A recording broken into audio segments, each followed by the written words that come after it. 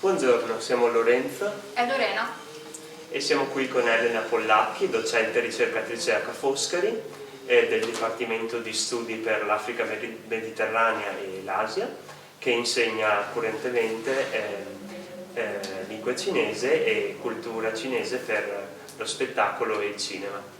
Buongiorno a voi. Ieri, grazie alla sua presentazione e alla collaborazione di Guanhua, abbiamo avuto modo di festeggiare e celebrare il cinema cinese con il programma del Pre-Festival Festival del Cinema Cinese in Italia. Allora, ieri lei ha presentato per l'appunto Yin di Zhang Yimou e Ashes Spirits White di Jia Zhangke. Volevamo chiederle innanzitutto perché proprio questi due registi, per rappresentare appunto la storia del cinema cinese nella sua interezza? Oddio, due film per rappresentare la storia del cinema cinese nella sua interezza sarebbe davvero troppo, sarebbe davvero troppo ambizioso. Diciamo che questi due film nella produzione cinese più recente sono già due classici in realtà. Prima di tutto per il profilo degli autori, entrambi sapete pluripremiati a festival importanti. Zhang Yimou proprio come Yin aveva avuto un riconoscimento, l'ennesimo riconoscimento alla carriera alla Mostra Internazionale d'Arte Cinematografica di Venezia, e Jia Zhangke, anche egli già vincitore di un Leone d'Oro a Venezia nel 2006 con Still Life, aveva presentato questo film in concorso al Festival di Cannes. Ho scelto questi due titoli perché in realtà sono sulla carta molto diversi nel genere, nell'approccio anche cinematografico. Il film di Zhang Yimou è un film in bianco e nero ambientato appunto in un periodo classico nella storia cinese, il periodo dei Tre Regni, mentre il film di Jia Zhangke è un film quasi pop per la capacità anche di mescolare formati diversi e racconta invece il presente cinese con una storia che si sviluppa dal 2001 fino appunto al 2018. E nonostante appunto questa diversità di approccio cinematografico, di stile che hanno appunto scelto i due registi, i due film si parlano perché entrambi parlano e raccontano nella storia, diciamo, nella narrazione cinematografica, il senso anche di grande, un po' di incertezza, ma anche della necessità di adattarsi di tutti i personaggi, di tutte le figure che in qualche modo sono coinvolte e vivono la cultura cinese contemporanea. Quindi questa è la cosa che mi piaceva di più nell'unire due lavori così diversi, entrambi comunque bellissimi e importanti. Lei ha già accennato al fatto che è stata una difficoltà dover scegliere solo due film. Se vuole parlarci di quali, magari se vuole citare qualche autore che ha dovuto purtroppo sacrificare, che magari potrebbe venire fuori invece in edizioni successive.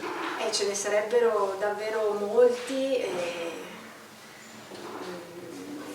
Veramente come sempre è difficile dare delle indicazioni precise.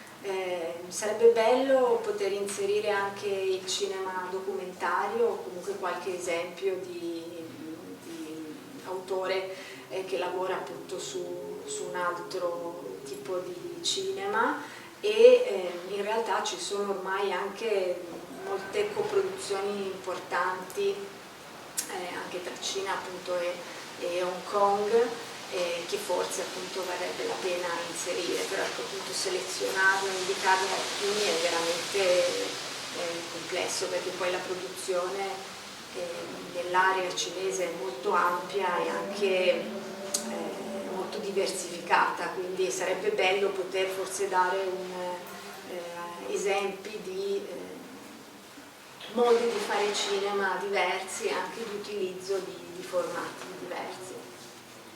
Va bene, andando più sullo specifico appunto sul genere di questi film, ha già citato che sono di generi molto diversi, in particolare ci interessava Yin appunto il genere del wuxia, che sappiamo che appunto rappresenta la tradizione cinese letteraria, teatrale e cinematografica a partire appunto da millenni. Quindi secondo lei questo genere, essendo che al giorno d'oggi sta vivendo Ancora una volta un altro revival, anche nelle serie TV, nei giochi, videogiochi e così via. Secondo lei questo genere ci può dire qualcosa sulla società cinese contemporanea? Certo, anzi ringrazio per questa domanda bella e importante che mi permette intanto di aggiungere anche una nota sull'altro film, perché entrambi non solo appunto raccontano in modo particolare, quindi attraverso il filtro del genere, il presente, ma lo fanno appunto uno usando il genere di arti marziali che in qualche modo è sempre stato associato all'Asia, no? E l'altro lo fa comunque richiamandosi invece al cinema di gangster, che invece è una tradizione che troviamo, che attraversa appunto varie cinematografie, ma che ha comunque anche in Hong Kong un punto forte nella sua storia. Quindi entrambi utilizzano appunto dei generi che si collocano all'interno della tradizione asiatica, ed è interessante il fatto che siano produzioni che comunque sin dall'inizio si rivolgono a un pubblico che non è solo quello cinese o asiatico, ma è un pubblico internazionale. Quindi assumono il fatto che questi generi abbiano appunto anche un appeal, abbiano tuttora un appeal internazionale, quindi possano far leva e attrarre appunto il pubblico dei festival, dei critici, ma anche il pubblico appunto generale delle sale europee, italiane e così via. E soprattutto credo che quel revival che in realtà c'è sempre stato appunto del cinema di arti marziali confermi come anche la sua capacità di attraversare poi cinematografie diverse. Sappiamo quanti altri registi anche a Hollywood hanno poi fatto proprio appunto quella tradizione, e in qualche modo è una forma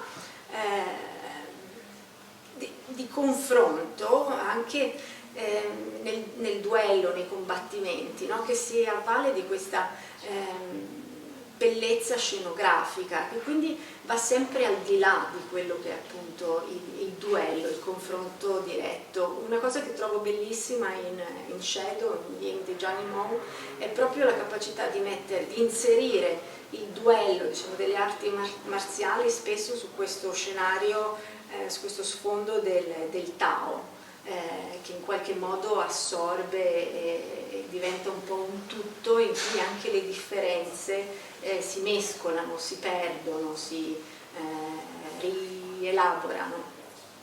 E credo che questa sia poi in fondo la chiave che ha sempre affascinato tutti, anche i registi non asiatici, nei combattimenti di arti marziali. Cioè non è solo una prova, non è mai solo una prova di forza quella che fa vincere, diciamo, uno dei partecipanti o dei duellanti, è qualcosa di più, ed è qualche cosa che viene da dentro, da un percorso interiore.